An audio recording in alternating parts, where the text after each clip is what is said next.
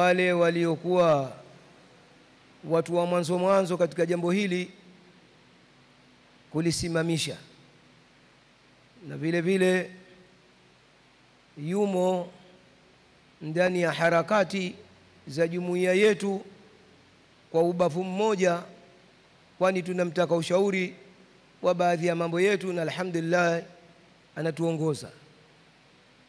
Mzee wetu huyo au shekhe wetu huyo au maalimu wetu huyo au mlezi wetu huyo ni maalim Sheikh Ali Hamid Jabir, ambaye alhamdulillah tunaye katika hafalati hizi miaka mingi, alhamdulillah. Yeye anaipenda hii jumuiya na inaipenda Qur'an. Kwa hiyo kapanga mengi pale ya kuja kutuambia, na hasa ilipokuwa mashindano yamemalizika katika muda bado tunao, tutampa fursa kubwa ya kuja kutuongoza hapa insha Allah, na tukumsikilize nasaha zake. Lakini kabla sikumnyanyua kuja hapa, mimi nitasema maneno mawili matatu yanahusiana na jumuiya yetu kama taratibu zilivyo. Tumekuja na kitu tashjii tahqiq, kina miaka mingi, na kuanzishwa kwake nafikiri itakuwa ni mwaka 1987, mwaka 1997 jambo lile ndio lilopoanza, na alhamdulillah tunakwenda nalo, na uzuri wake ndio huo tunauona wa kuonyesha yale maajabu ya Qur'ani al-Karim. Kwamba huu ni muujiza kweli, jambo ambalo si rahisi kwa watu wenye umri mkubwa, na ikawa hakuondokea hilo kuweza kuifanya kazi ile. Lakini watoto wetu mashallah, kutokana na umri wao wamekuwa wepesi kiasi cha kwamba mpaka tunahisi kwamba ule ndio usomaji.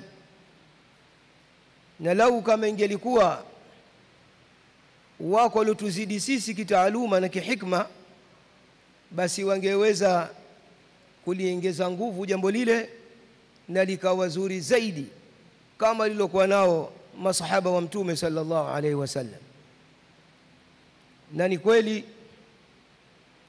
tumeshangazwa na wengi tumeshangazwa hapa na vijana jinsi walivyokuwa, alhamdulillah.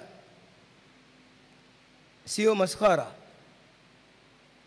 kutajiwa aya katika sura yenye aya nyingi, halafu akaisoma pale pale baada kusomewa au kutajiwa, na ikawa kile alichokisoma kikawa ndicho, airejeshe tena akili kwa aya nyingine na airejeshe tena akili kwa aya nyingine.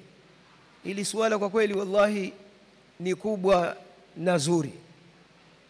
Sisi huku kwetu Afrika Mashariki tumeliona hili kwenye mitandao katika miaka ya 2000 na kitu, ndio tukaona kuna watu huko nao wana jambo kama hili, lakini la mtu mmoja. Jumuiya ya kuhifadhisha Qur'ani Zanzibar ina watu 100 wa jambo kama hili. Hapo ndio difference ile kuwepo, na inaendelea kujaza chupa ile, bado haikujaa. Kwa hiyo inshallah ni juu yetu Waislamu kulitunza hili jambo na kutafakhar nalo, na sisi kuwapendelea wenzetu wawe nalo hili, walichukue. Na wataona kazi ngumu kweli kweli na tabu kweli kweli, lakini watengeneze nyoyo zao, wawe na ikhlasi njema, basi na juhudi kubwa, hili jambo litasimama katika maeneo yao. Sasa Qur'ani itakuwa masha Allah kweli inasomwa. Leo nasimama hapa, mie ninategemea wao.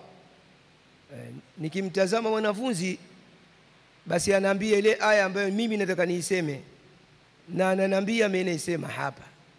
Umekuwa ni mushaf, wala sijaukamata, na aya zinanigonga gonga, hazinipigi chenga, zinanigonga gonga, hii inagongana na hii, ninaikuwa sawa na wao, na ninajadiliana na watu. Sasa ninatoa dalili, wao ndio wananiambia aya hiyo iko pahala kadha, namba kadha, na ananisomea, ananipunguzia kazi. Sasa tungelikuwa nao wako 1000 hawa, hiyo Qur'ani ingekuwa iko vipi sasa hivi? Bila shaka pangelikuwa nuru ala nur ndani ya visiwa vyetu, na hilo ndio jambo ambalo sisi tunalipigania mpaka tufike hapo insha Allah. Lazima tufike, tutajitahidi, hatutoregeza kamba, na tutakwenda nao vijana wetu mpaka alhamdulillah rabbil alamin. Hiyo Qur'ani iko kwao, maana kwao Qur'ani mtu akisema atasema Maka na Madina ndipo iliposhushwa, lakini imetembea Qur'ani kwa baadhi ya watu katika dunia hii. Basi miongoni mwa watu walioipata na sisi tumo. Kwa hiyo inshallah Mwenyezi Mungu awajaze khairi watoto wetu na wafungulie fahamu katika suala hili zima la kuhifadhi Qur'ani. Jingine ni kwamba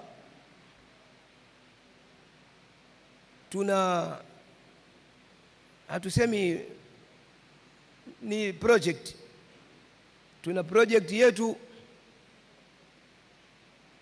ya kuwahifadhisha vijana Qur'ani mpaka tu wazima, mzima hasa miaka 60 67, madam yuhai mzima, naona anajua sasa hivi saa ngapi, naye tutamtia katika hiyo project ya kuhifadhi Qur'ani katika ukamilifu wa ujenzi wetu Chwaka, ndio tutajenga huko markazi kubwa. Kwa hiyo hatujamuomba bado mtu yoyote msaada wala mchango, wala hatujalifungua hilo. Tutapokuja kulifungua, tutalifungua rasmi na kila mtu atafahamu na atajua kwamba sasa anahitajika mchango wake katika hilo. Lakini mpaka hivi sasa hivi tutakapolisikia popote mtu anasema tunaomba mchango wa kujenga majengo yetu, markazi yetu Chwaka, si kweli, si kweli. Mzuieni hapo hapo na tutafuteni, tutakuja kumuuliza sema swala. Lakini jambo hili lipo na tutalifanya insha Allah. Tumo ndani ya ukamilifu wa taratibu. Alhamdulillah, mambo ya kiserikali tumeshakwenda nayo vizuri alhamdulillah.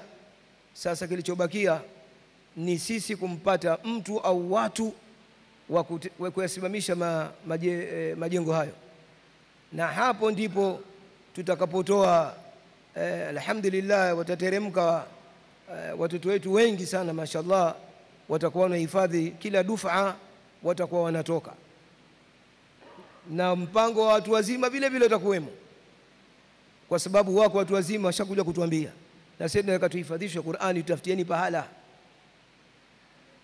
Sasa nyie mnajinasib kwamba mnataka kuisimamia Qur'ani, halafu mnachagua rika ya kuhifadhisha Qur'ani, madam kaja mtu mzima ahifadhishwe Qur'ani.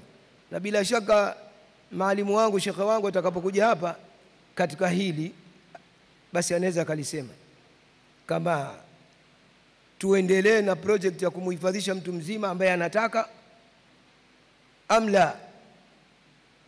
Lakini itikadi yangu kwamba atatuunga mkono yaqinan,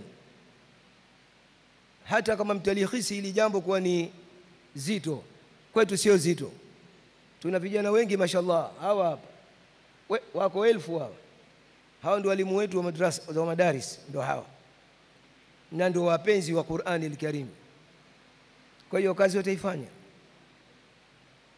inshallah. Mwenyezi Mungu atuwafikishe katika kufikia hayo malengo tuliyokusudia. Na mwisho kabisa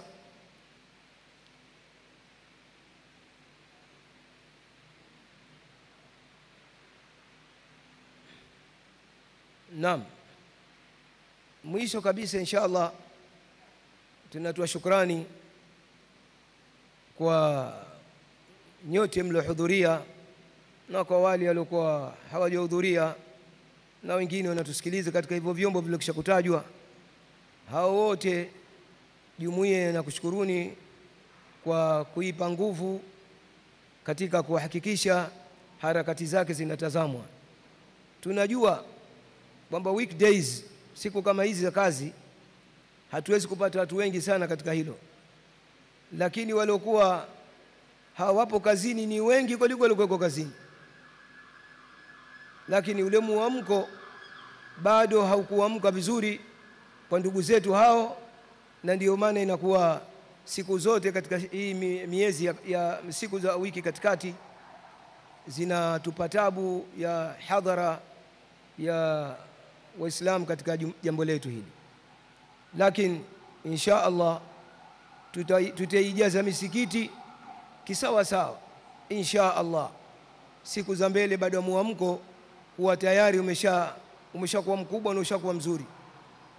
Kwa hiyo insha Allah tumuombe Mwenyezi Mungu Subhanahu wa Ta'ala atuwafikishe katika kila la kheri na atakabalie hizi amali zetu, na watengeneze watoto wetu wawe miongoni mwa ahlul Qur'an, mahufadhi wa Qur'an, ambao watatusaidia na sisi kutukamata mkono kwa yale amali 2-3 tulizofanya juu ya suala hili zima la uhifadhishaji na usomaji wa Qur'ani al-Karim.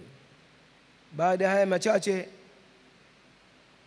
nitachukua fursa hii sasa hivi kumkaribisha maalimu wangu, shekhe wetu, mlezi wetu, Maalim Ali Hamed Jabir, aje hapa inshallah kuja kutoa kalima ya pamoja na nasaha kwa hadhara hii inshallah.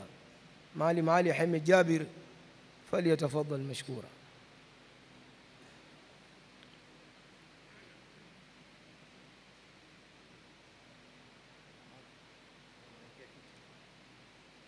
Ala kiti kasema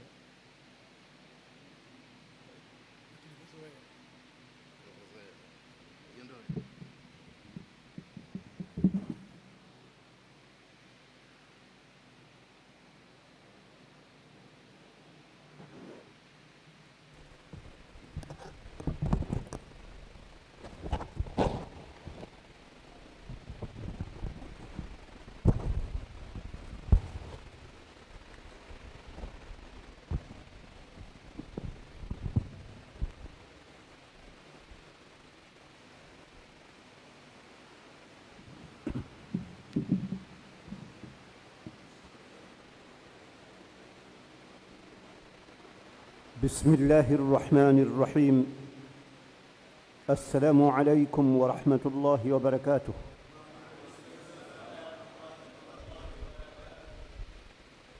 الحمد لله الذي أنزل على عبده الكتاب ولم يجعل له عوجا قيما لينذر بأسا شديدا من لدنه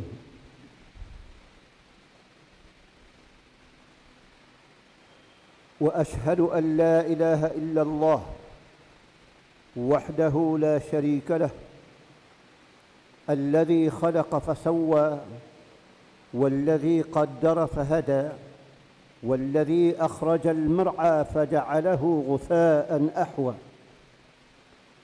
وأشهد أن محمدًا عبده ورسوله قدوة الأبرار وسيد الأطهار أرسله الله الواحد القهار بكتاب سماه القرآن ليكون للعالمين بشيرا ونذيرا صلى الله عليه وعلى آله ومن سلك نهجه إلى يوم يبعثون.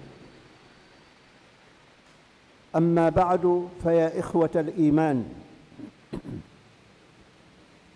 ndugu Waislamu sote tulihudhuria hapa,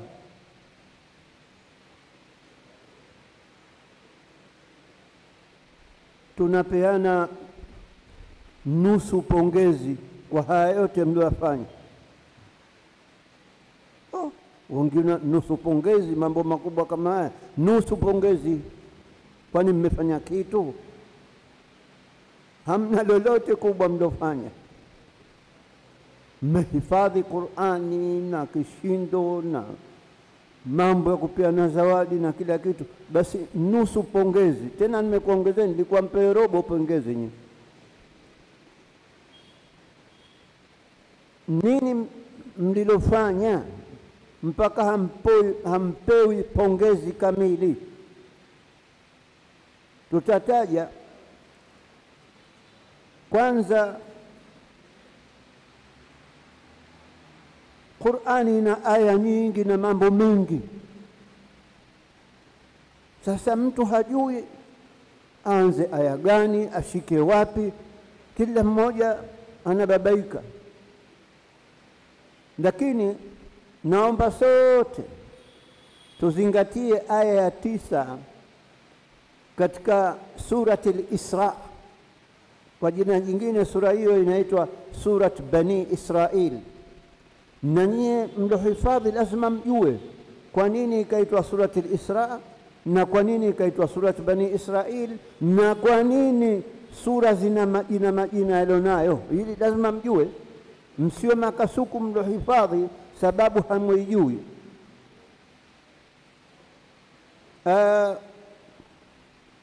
Hebu nitieni mtu mmoja katika wale waliohifadhi juzuu 30, mje nimuulize kwa nini sura hii ikaitwa Suratul Isra au ikaitwa Surat Bani Israil. Halafu tutaendelea kuelezana hiyo aya ya 9 katika sura hii. Aje hapa pesa, nichagulieni nyewe mndokuwa mkiuliza maswala na kushindanisha.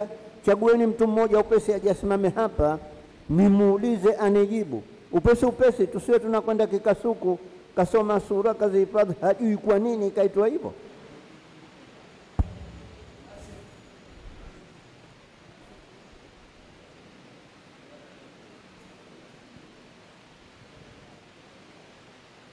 Haya, jibu kwa nini, na jawabu yako ukijibu nusu nitakupa pongezi nusu, ukijibu kamili nitakupa pongezi kamili. Kwa nini hii sura ikaitwa Surat al-Isra, au vile vile kwa nini ikaitwa Surat Bani Israil? Naam. Assalamu alaikum wa rahmatullahi wa barakatuh. Wa alaikum assalam wa rahmatullahi wa barakatuh. Jina langu Nasir Rashid Seif. Imeitwa Suratu Israil au Bani Israil. Sababu ya kwanza, sura hii inazungumzia safari ya Mtume Muhammad sallallahu alayhi wasallam. Aliposema subhanalladhi asra bi'abdihi laylan minal masjidil haram ila al-masjidil aqsa alladhi barakna hawlahu linuriyahu min ayatina innahu huwas samiul basir.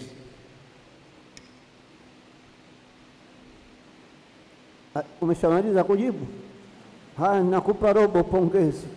Kama yupo mwingine katika hawa watu watatu waliohifadhi Qur'ani aje akamilishe swala huyu, naona kama kajibu robo ya swala.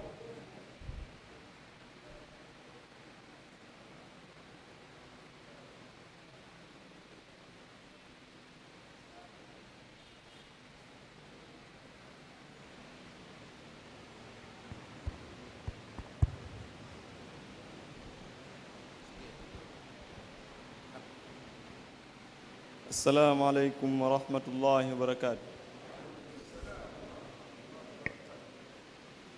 Sura hii imeitwa Suratul Israil kwa sababu ilikuwa inazungumzia watu wa Banu Israil. Haya, na wewe vile vile nakupa robo pongezi, ndaka kae.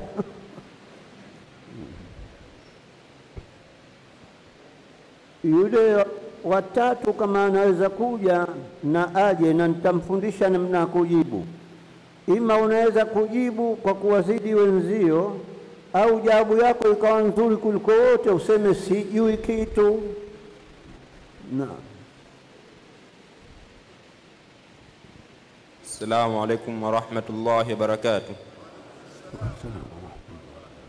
Kwa jina naitwa Muhammad Khamis Muhammad.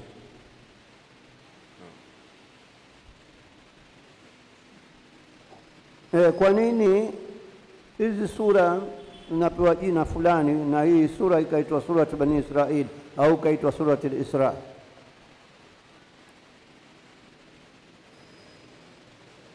Sura imeitwa Surat Bani Israil au Suratul Israil kutokana na kabila la Bani Israil matukio aliyofanya. Haya, kakae kitako na wewe nakupa robo pongezi vile vile.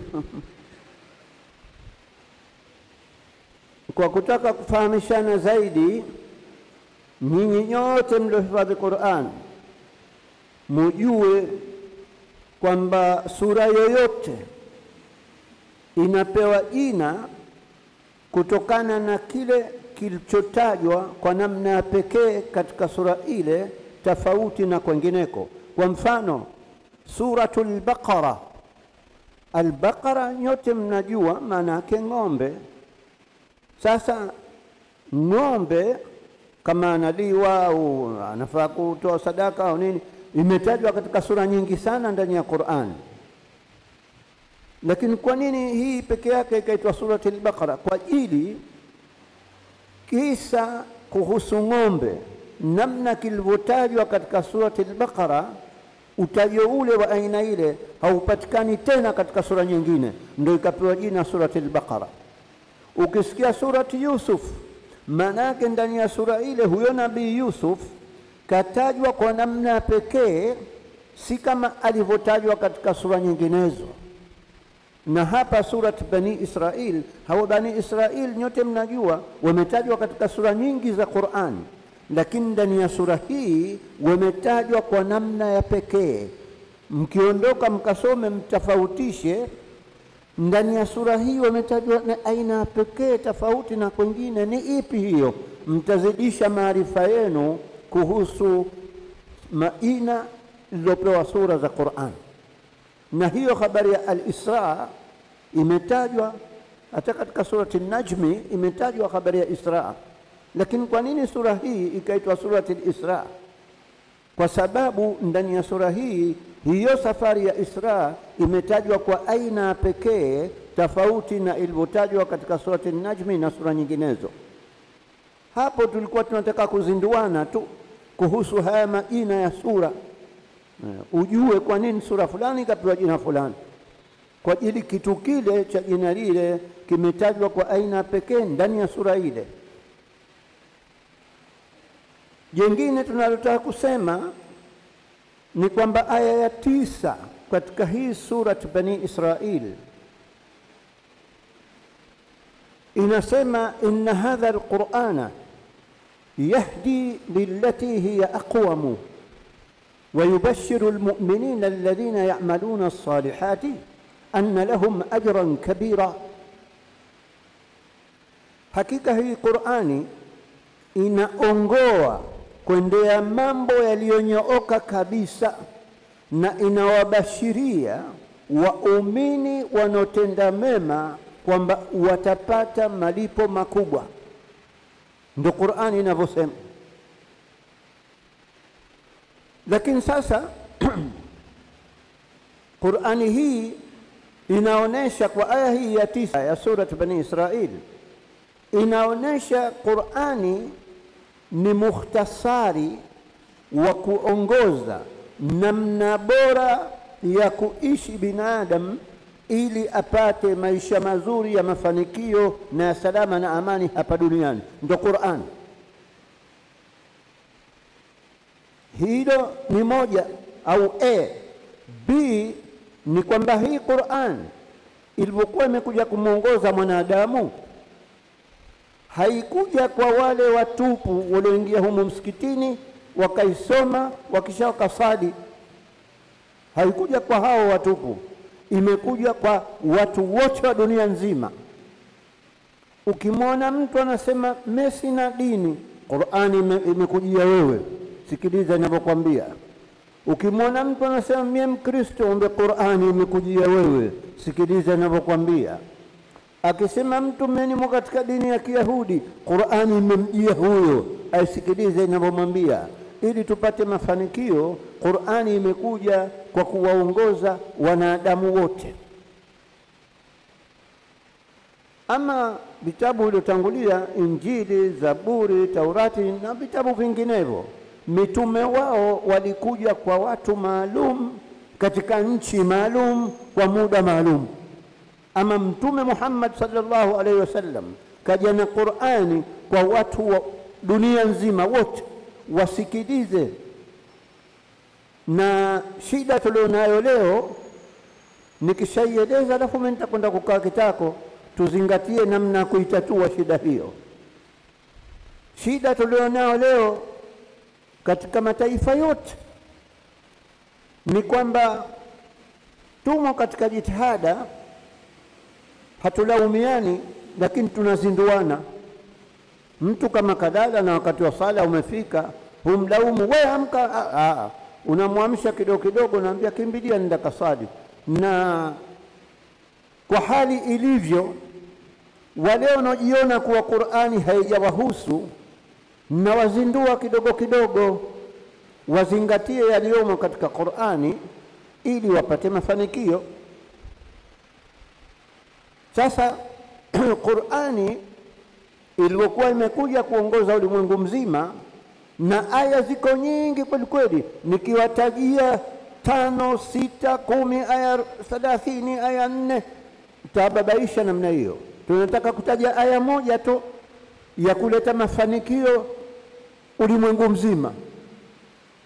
Alikuwa Muislamu, ndio maana nikakupeni pongezi nusu, mnaifuata kwa kuisoma na kwa kuihifadhi. Aya hiyo nitaitaja. Na alikuwa si Waislamu, wanaona haijawahusu, wamejitenga na wamefikwa na madhara makubwa makubwa kwa kuipuuza aya hii. Hao walikuwa si Waislamu. Na Waislamu wengine pia waliopuuza aya hii nitakayotaja wamefikwa na madhara makubwa.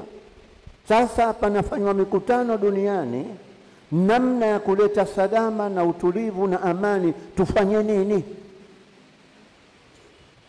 Mikutano ile inafanywa wakati wameziba macho, hawatazami upande unaohusu kutazama, wanatazama upande wanaotaka wao wenyewe. Ndio maana dunia imekumbwa na matatizo mengi sana, hajulikani yatatatuliwa vipi. Hii aya nitakayotaja moja tu ya Qur'an ndio suluhisho na msingi wa kuondoa matatizo makubwa makubwa. Yatabaki madogo madogo, tena tutafuta aya nyinginezo. Aya gani? Na aje yule aliyekuja mwisho hapa katika alohifadhi juzuu 30, nyanyuka uje.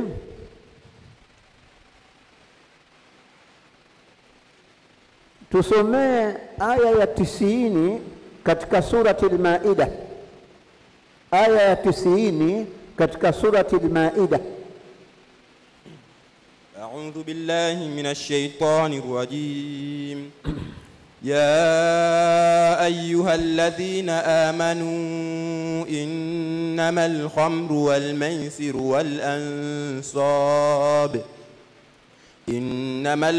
والميسر والأنصاب والأزلام رجس من عمل الشيطان فاجتنبوه لعلكم تفلحون. جزاك الله الخير. Aya hii mnojua maana yake, mnaijua. Wale tusojua tunaambizana wenyewe kwa wenyewe.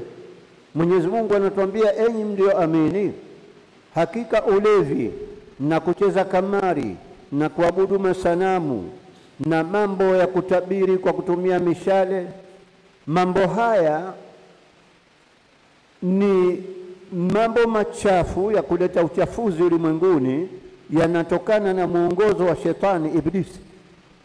Ndio aliyoleta kukuchafueni nyie ulimwenguni nyote. Na lilotajwa mwanzo ndo kubwa zaidi kuliko yanofuata. La mwanzo Mwenyezi Mungu kataja innamal khamru. Al-khamru ni kitu chochote kile, ikiwa cha kuvuta, cha kunywa, chakula kitachopelekea wewe uwe umelewa, akili yako haipo. Kitu chochote cha aina hiyo ndio msingi wa mwanzo wa hatari, kama nyote mnavyojua kwamba alkhamru ummul maasi, ulevi ndo mama wa maovu yote. Sasa kwa nini mimi nikachagua aya hii kuisema? Nimechagua aya hii kuisema kwa sababu tumo katika jitihada, na nawapa pongezi robo vile vile hao wenye kuchukua jitihada ya kuondoa maradhi duniani. Natumai nyote mnasikia matangazo, jikinge na uviko 19, nenda kafanye chanjo, kinga bora kuliko tiba. Na vile vile mnasikia kuna vidonge vya dawa fulani ukila basi utapona maradhi yako ya malaria, ndo tiba hiyo. Katika mahangaiko hayo yote ulimwengu mzima, kinga na tiba, kinga na tiba, tunaondoa maradhi, ni jambo zuri, lakini tumekwenda robo ya njia, hatujenda njia kamili. Kwa nini?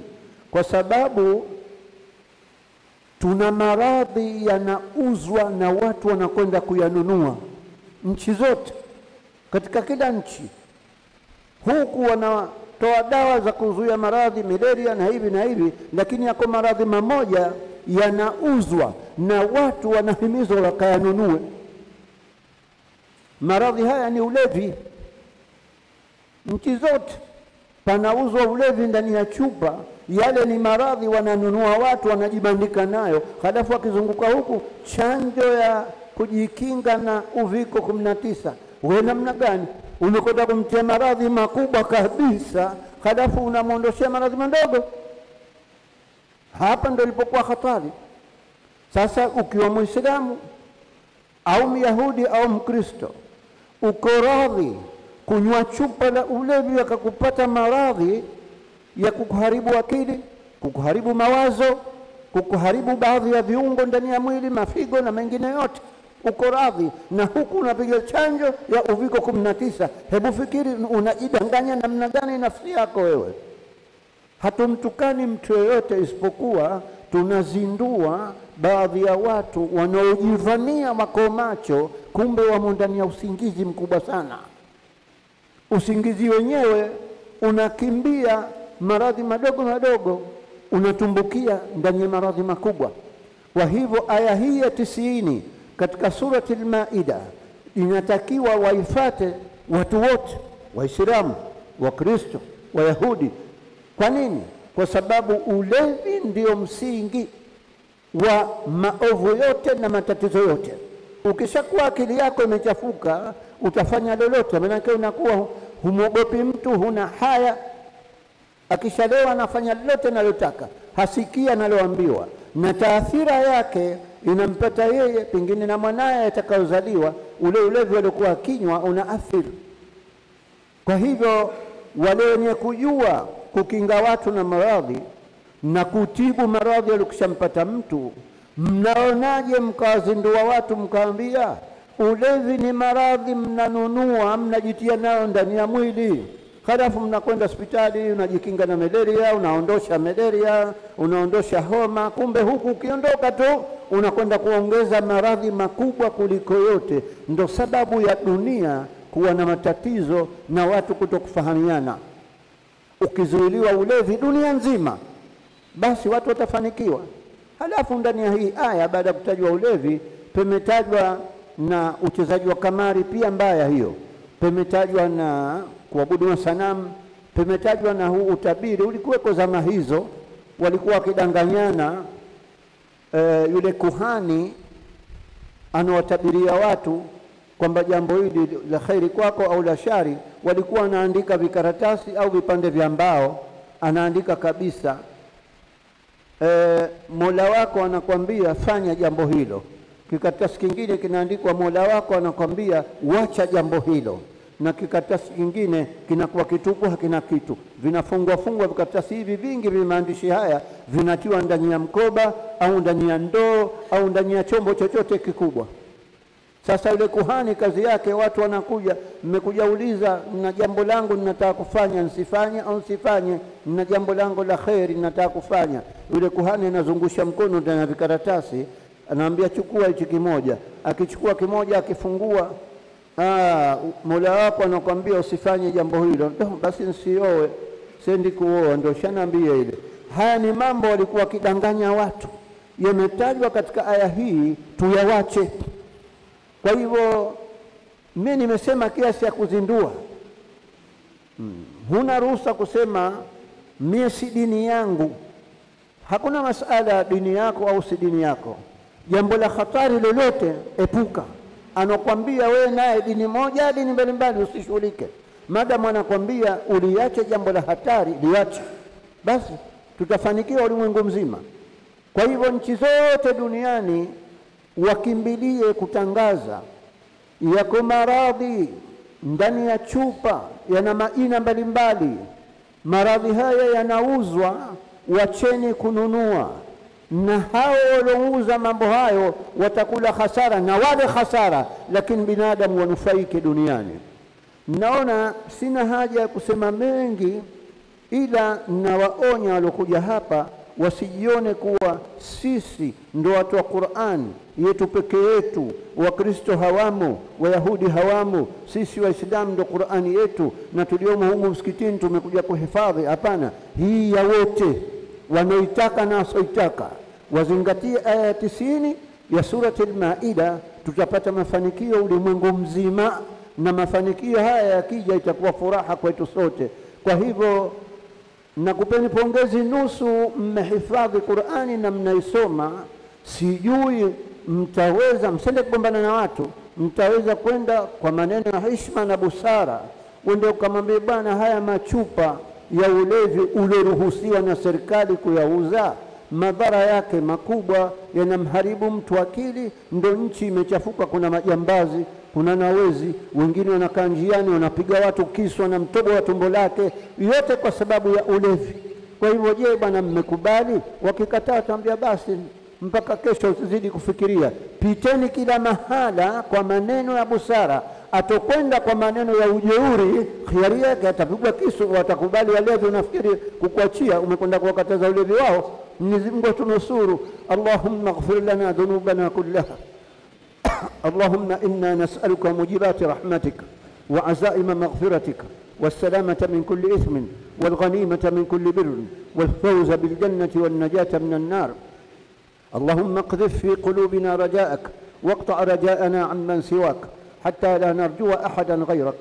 اللهم ما ضعفت عنه قوتنا وقصر عنه علمنا ولم تنتهي إليه رغبتنا ولم يجري على ألسنتنا مما أعطيت أحدا من الأولين والآخرين من اليقين فخصنا به يا أرحم الراحمين. اللهم إنك عفو تحب العفو فاعف عنا. وصلى الله على سيدنا محمد وعلى آله وصحبه